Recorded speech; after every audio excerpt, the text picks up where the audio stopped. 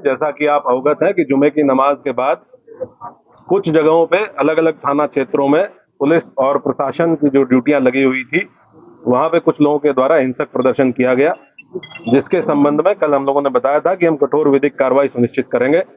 उसमें हम लोगों के द्वारा अब तक कुल 10 एफआईआर दर्ज की गई हैं, जिसमें थाना कोतवाली में 5 एफआईआर दर्ज की गई है, थाना बारादरी में 2 एफआईआर दर्ज की गई है, थाना किला प्रेमनगर और कैंट में एक एक एफआईआर दर्ज की गई है। इन दर्ज एफआईआरों में आज हम लोगों के द्वारा कुल 8 अपराधियों को, जो इस घटना में शामिल थे, 8 अभियुक्तों को गिरफ्तार करके जेल भेजा गया है। उनके नाम मैं आपको पढ़ के बता देता हूं। मौलाना तौकीर रजा, सरफराज पुत्र सलीम, मनीफुद्दीन पुत्र जरीफुद्दीन, अजीम अहमद पुत्र नसीम अहमद, मोहम्मद शरीफ पुत्र मोहम्मद अहमद, मोहम्मद आमिर पुत्र मोहम्मद जाहिद, रिहान पुत्र राजू और मोहम्मद सरफराज पुत्र समीम। इन 8 लोगों को आज हम लोगों के द्वारा गिरफ्तार किया गया है और जो रिमांड मजिस्ट्रेट हैं उनके समक्ष पेश करते हुए न्यायिक हिरासत में इनको लिया गया है। कोर्ट के आदेश के उपरांत इनको संबंधित जेल में भेजा गया है।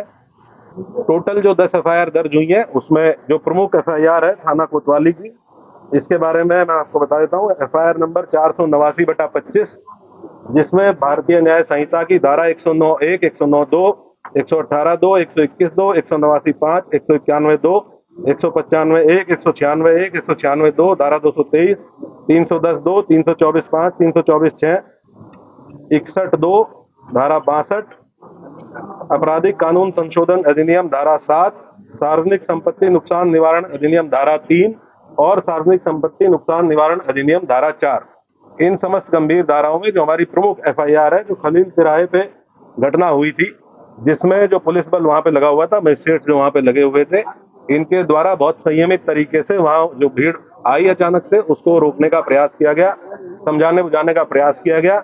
उसके बावजूद इस भीड़ के द्वारा बैरिकेडिंग को तोड़ के पुलिस बल के साथ दुर्व्यवहार करते हुए इस्लामिया कॉलेज पहुंचने के लिए प्रयास किया गया और उसके अंतर्गत पुलिस के ऊपर हमलावर हुए, पुलिस के ऊपर पथराव किया गया।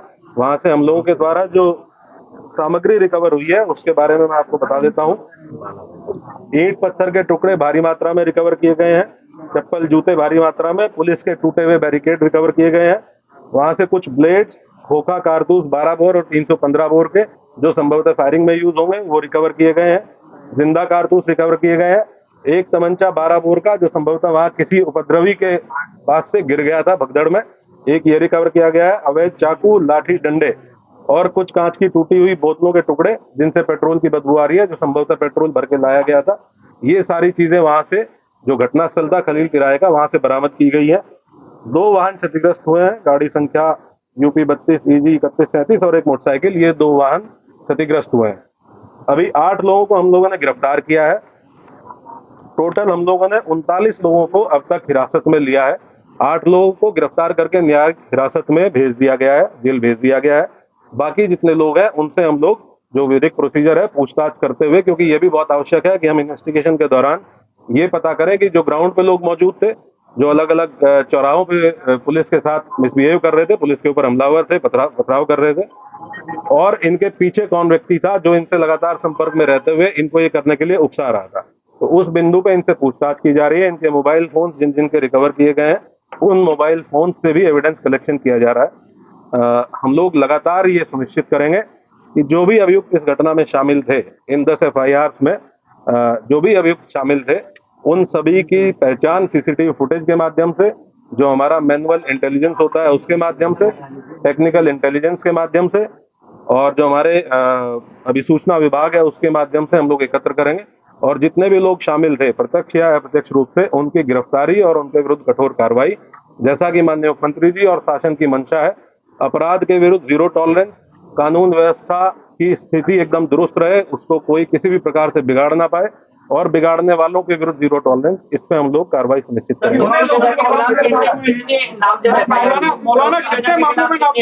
मौलाना कितने मामलों के खिलाफ कितनी एफआईआर? टोटल अभी तक 7 एफआईआर हैं, जिनमें मौलाना तौकीर रजा का नाम प्रकाश में आया है, और हम लोग ये इन्वेस्टिगेशन में भी इसको पार्ट बनाएंगे कि जो लोग, जिन लोगों ने पहले दिन लेटर लिख के दिया था और ये आश्वासन दिया था कि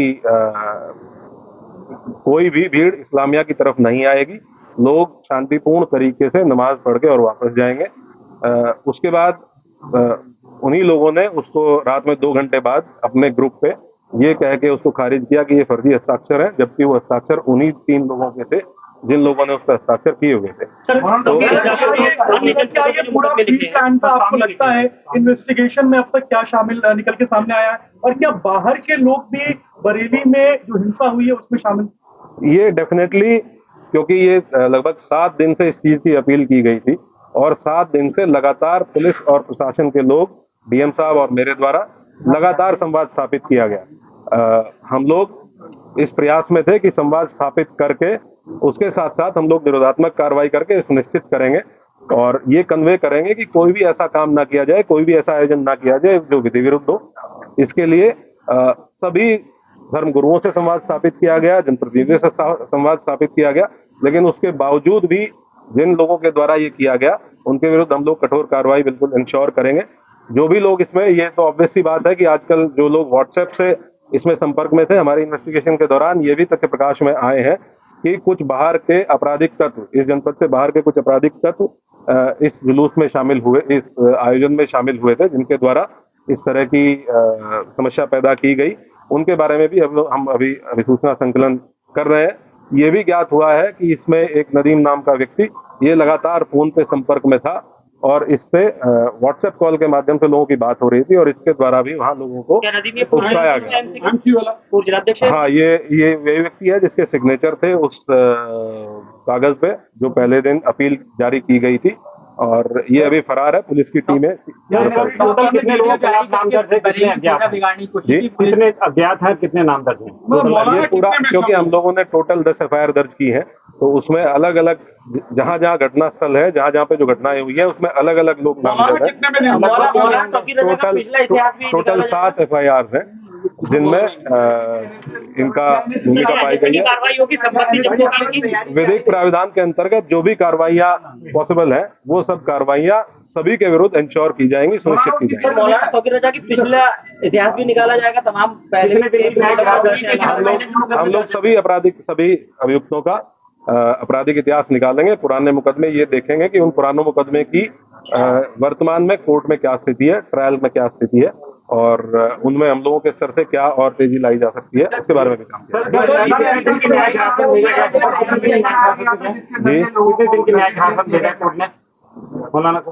कोर्ट नॉर्मली जब भी कोर्ट के समक्ष पेश किया जाता है तो 14 दिन की न्यायिक हिरासत कोर्ट के द्वारा।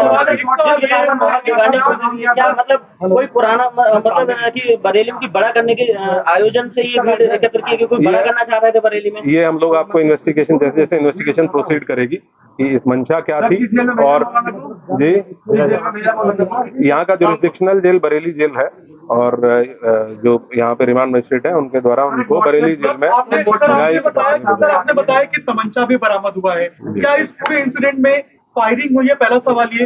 दूसरा, पुलिस वालों को भी चोटें आई हैं, क्या उनको भी छर्रे लगी हैं और कितने पुलिस वाले ऐसे हैं जो अभी घायल हैं? कुल 22 पुलिसकर्मी, कल अब जब हम लोगों ने अपनी पूरी टीम को गैदर किया, कुल 22 पुलिसकर्मी ऐसे थे जो इंजर्ड थे, जिनका मेडिकल एग्जामिनेशन कराया गया। कुछ 22 पुलिसकर्मी, कुछ लोग ऐसे हैं जिनको डाउटफुल फायर आर्म इंजरीज है, उनका भी फाइनल मेडिकल परीक्षण कराया जा रहा है। जब ये चीज हम लोगों के मेडिकल परीक्षण फाइनल हो जाएगा तो हम लोग आपको इसके बारे में अवगत कराएंगे, लेकिन ये डेफिनेट है कि इसमें अराजक तत्वों के द्वारा फायरिंग की गई।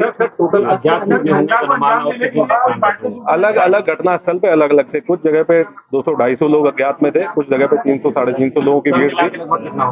मान के चलिए लगभग 2,500-3 हजार लोग ऐसे हैं जो अज्ञात में अलग अलग घटना स्थलों पे, जिनको हम लोग अभी चिन्हित करने का प्रयास करेंगे।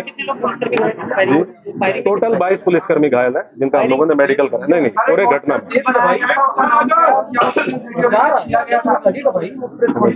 सर, ये टूलकिट का इस्तेमाल किया गया है क्या बरेली में हिंसा फैलाने के लिए? जिस व्हाट्सएप ग्रुप की आप बात कर रहे हैं, क्या सोशल मीडिया के जरिए प्रोपेगेंडा फैलाया गया था? क्योंकि कानपुर की घटना का बरेली में बार बार जिक्र आ रहा था, जब हम भी बात कर रहे थे कानपुर की घटना।